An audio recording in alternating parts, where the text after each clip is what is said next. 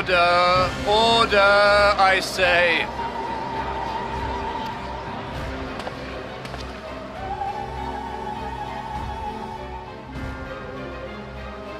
I thank you all for gathering here on such short notice. This day we must speak of grave affairs and their implications for the future of Sharlayan, nay, of this very star. Said affairs concern all citizens, and so we have called for a public assembly.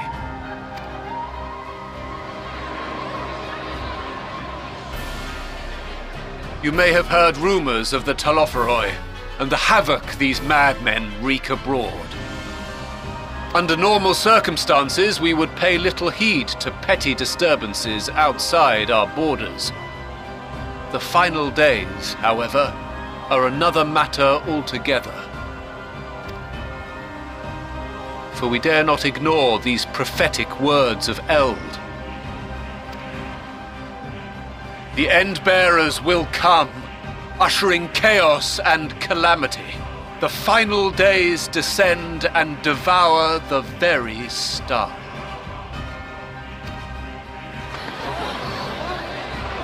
I've never heard this prophecy. Is it true? Will all that really happen? Calm yourselves. The time has come to speak of the Forum's most sacred duties. But first...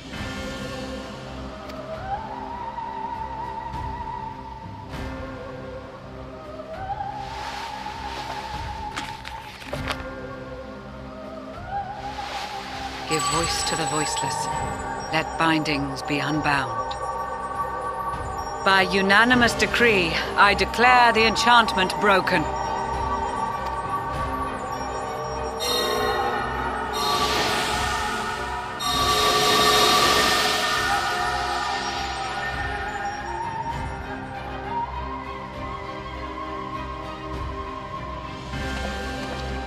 Master Leveilleur, if you would. Very well.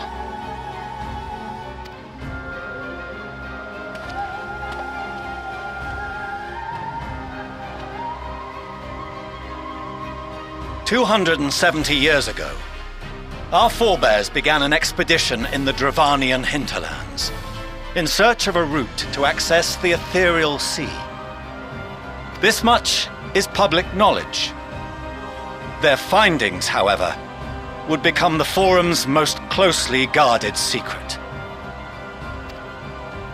What those researchers discovered in the hinterlands was not a passage unto the ethereal sea, but the very heart of our star, and Hydaelyn herself.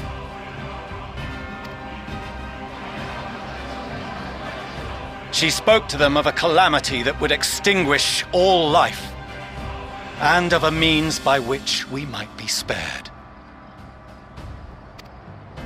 The moon. 'Tis in truth a gargantuan vessel built to serve as sanctuary for her children and deliver them from this doom. Much like Nunkref's hope in ages past, it will bear the people of a world in the throes of death to a new home. Needless to say, this will be no small undertaking. To facilitate the great work, the Forum has maintained close contact with the servants of Hydaelyn, who presently reside on the moon. Convinced that the foretold end was all but inevitable, we began amassing a wealth of knowledge, not merely for the betterment of our nation, but in preparation for the journey to come. You reveal this to us now? By the gods, how long do we have?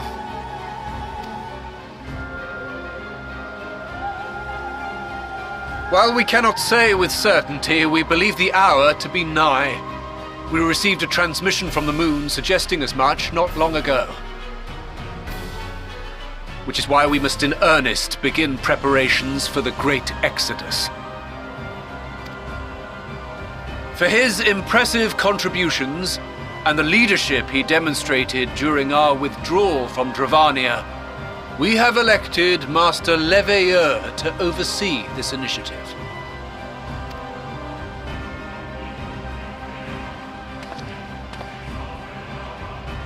Fellow scribes and scholars, my countrymen, we face a threat of unprecedented scale.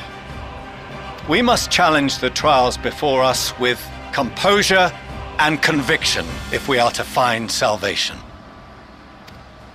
The wisdom of Sharlayan has ever been a shining beacon in the darkness, and so it shall continue to be. It is our solemn charge to see our heritage preserved for future generations. For those who will come after, we will brave a new frontier.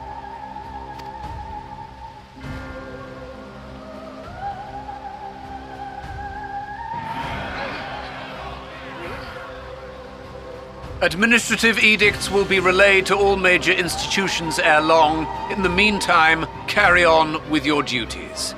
With that, I hereby call this assembly to a close.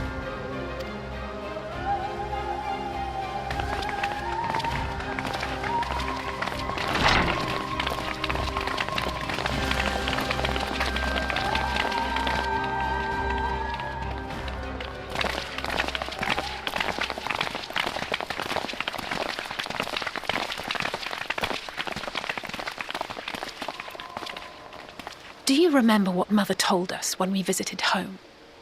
That it wasn't until after we were born that Father seemed to lose himself in his work.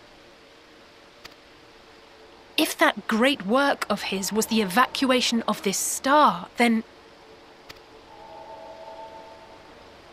Yes. It wasn't for his benefit.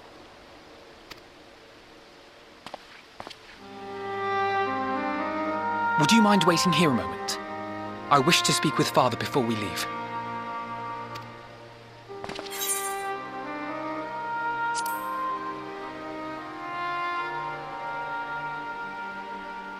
Thank you. I shan't be long. If it's all the same to you, I have a few choice words to share with Father as well.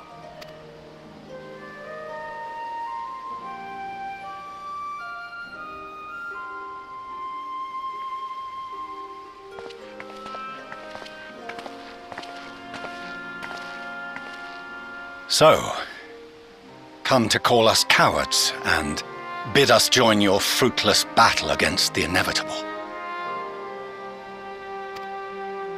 Nay, we do not object to the Forum's proposal. On the contrary, those who wish to flee have every right to do so. Urianger is cooperating with your associates on the Moon to ensure that all is ready should evacuation be our only recourse. Then whatever your business, I suggest you be brief. Though we cannot boast the boundless wisdom of Sharlayan, we have first-hand knowledge of foreign cultures and have conversed with no small number of peoples. These experiences have taught us fundamental truths that cannot be recorded in any tome nor charted on any map. The beating heart of this planet is its people, many of whom would give anything, even their lives, to protect the lands they love. Many may choose to join you in the end. But what of those unwilling or unable, for whom escape will never be an option? What would you have them do?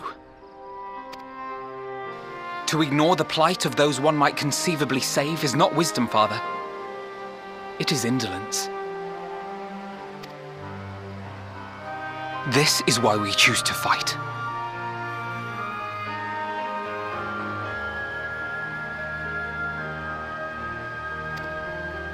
We'll not ask for your understanding, Father. Only that you don't turn a blind eye to the good we have done, that we can still do. We're not children in need of protection. Hold fast to your principles and let the world burn if it please. But we believe there is still another way.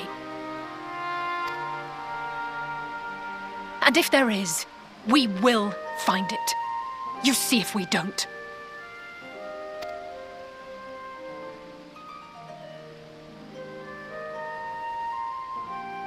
Do as you will. Just stay out of our way.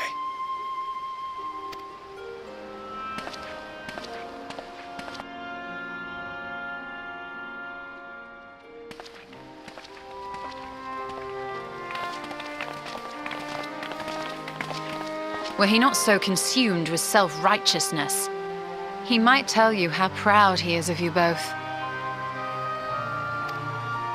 Bold words call for bold action, and there'll be no turning to your father should plans go awry. As if I ever would. So long as there are those who wish to stay and fight for this star, we have to do what we can to help them.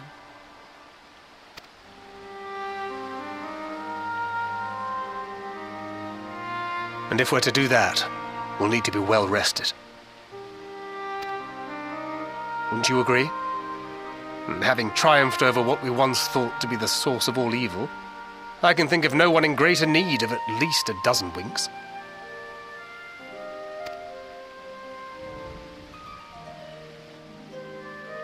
Shall we then? To the Annex, to prepare for tomorrow.